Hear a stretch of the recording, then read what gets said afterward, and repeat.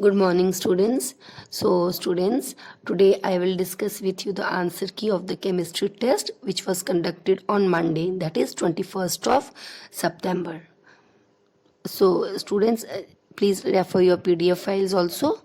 So, question number 1 is neutrons can be found in all atomic nuclei except in one element. Name this element.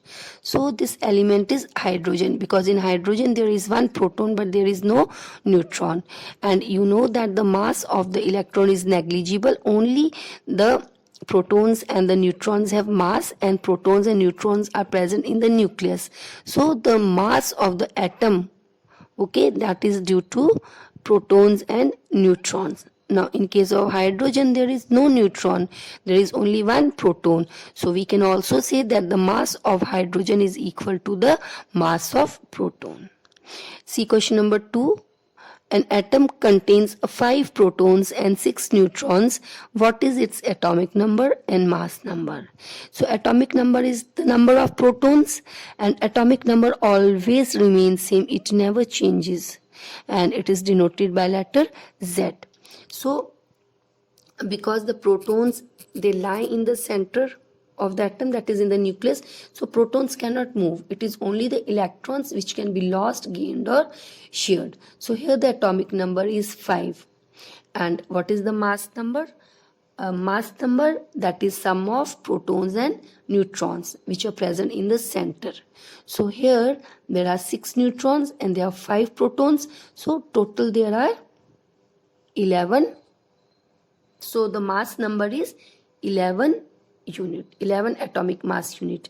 So mass number is also equivalent to atomic mass or the mass of the atom, because as I told you before, the mass of electron is negligible. So mass of the atom is only due to the presence of protons and neutrons in the nucleus. So you can also say the mass or the atomic mass is equal to 11 units. Next question. If the number of electrons in an atom are 8 and number of protons are also 8, their atomic number of an atom will be 8 or 0? So atomic number, that is Z, will be 8 because atomic number is the number of protons, and protons always remains same, or atomic number never changes whether the atom loses ion, whether the atom gains whether the atom loses electrons or whether the atom gains electrons. Atomic number always remains same. Next question. Write the symbol of an element X having atomic number Z and mass number A. So here the symbol of the element is X. So we always write the symbol of the element in the middle. So X is written in the middle. And atomic number is always written below the element. So Z is the atomic number which is written below, and mass number is always written above the element, and it is written A is the mass number which is written above the element, and both the atomic number and the mass number are written on the same side, that is on the left hand side. Okay. Now next question. An element A has a mass number 24 and contains 12 neutrons. What is the valency of A? Now as I told you, that valency, it depends on the number of electrons lost, gained or shared. Valency is the number of electrons gained, lost or shared. So in the neutral atom, okay, the number of protons and electrons are same. So here they say that the mass number is 24 which contains 12 neutrons. So mass number is the sum of neutrons and the protons. So if mass number is 24, neutrons are 12. So you can find the protons. So protons are 12. Now if the protons are 12, then in a neutral atom electrons will be 12. And what will be the electronic configuration? In K shell, that is first shell, the number of electrons will be 2. In L shell, the electrons will be 8, and in M shell, electrons will be 2. Now, in the last shell, okay, in the first shell, the maximum it accommodates 2 electrons, but in second and third shell, the maximum electrons that can be accommodated in an atom are 8. Now you see, in the third shell there are 2 electrons, but there should be 8 electrons. So the atom, it loses 2 electrons. It loses 2 negative charge. Okay, so here, since it loses 2 electrons, it becomes, as a whole atom acquires a positive charge. And how many positive charge? 2. Okay, because it is losing 2 electrons. So the valency is +2, because what is valency? It is the number of electrons lost, gained or shared. So here 2 electrons are lost, so the valency is 2. What is the charge on an electron? That is -1. It is taken approximately -1.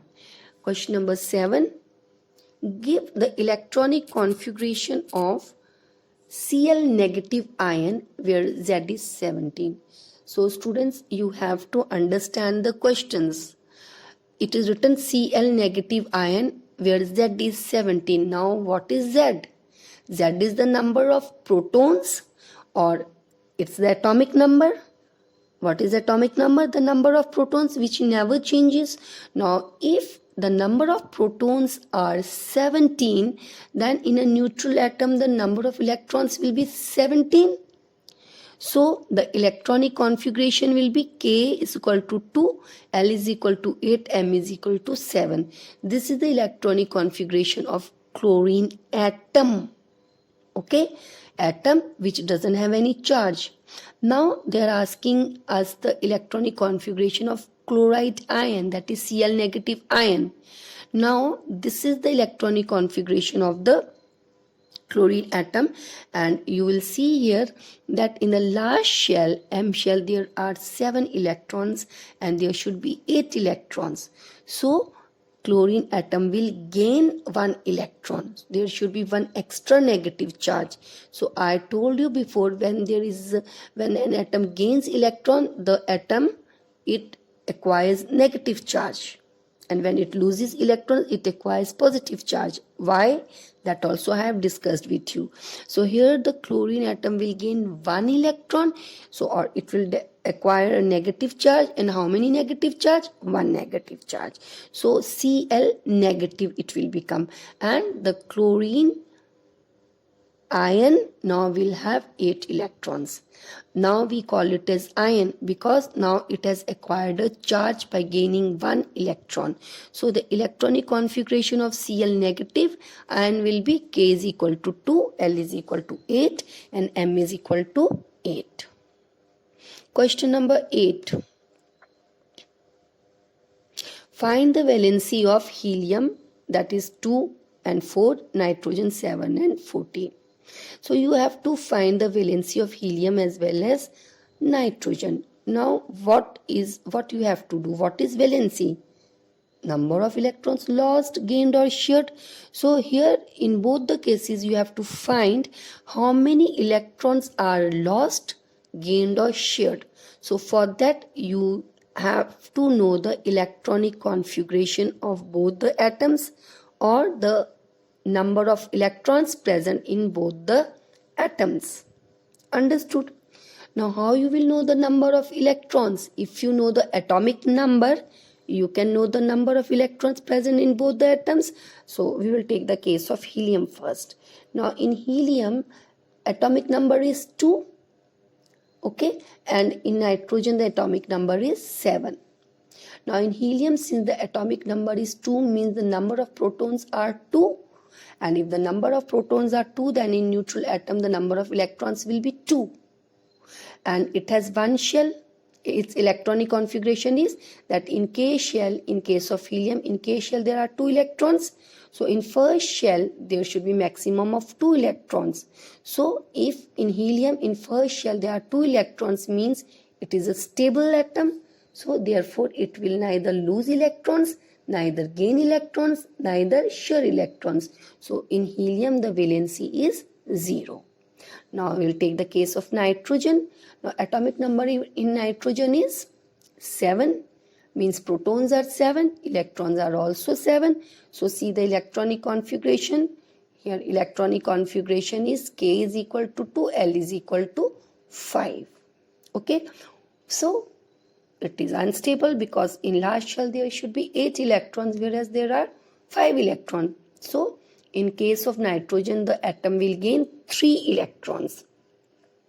So there will be a negative charge, and how many negative charges? 3, because it is gaining 3 electrons. Okay, so it will be minus 3. So the valency will be minus 3, because what is valency?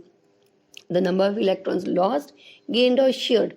In case of hydrogen, it is gaining 3 electrons, so the valency will be minus 3 or 3. Draw the atomic, next question, question number 9. Draw the atomic structure of an atom having Z is equal to 4. So Z is equal to 4 means the electrons are also 4. So you can draw the atomic structure. In the first shell, that is in K shell, there will be 2 electrons. And in the second shell also there will be 2 electrons. Now see question number 10. Write the formula of a compound formed between A and B where in A the Z is 13 and in B the Z is 8. So in order to write the chemical formula, we should know the valencies. If we know the valencies, we can easily write the chemical formula. So our main aim is to know the valency of A and B. Now in case of A, the atomic number is given, and in case of B also the atomic number is given. Now if we know the atomic number, we will know the number of electrons also, because atomic number is the number of protons, and in the neutral atom the protons and electrons are same. So in case of A, the atomic number is 13. So that means the protons are 13. So electrons are also 13.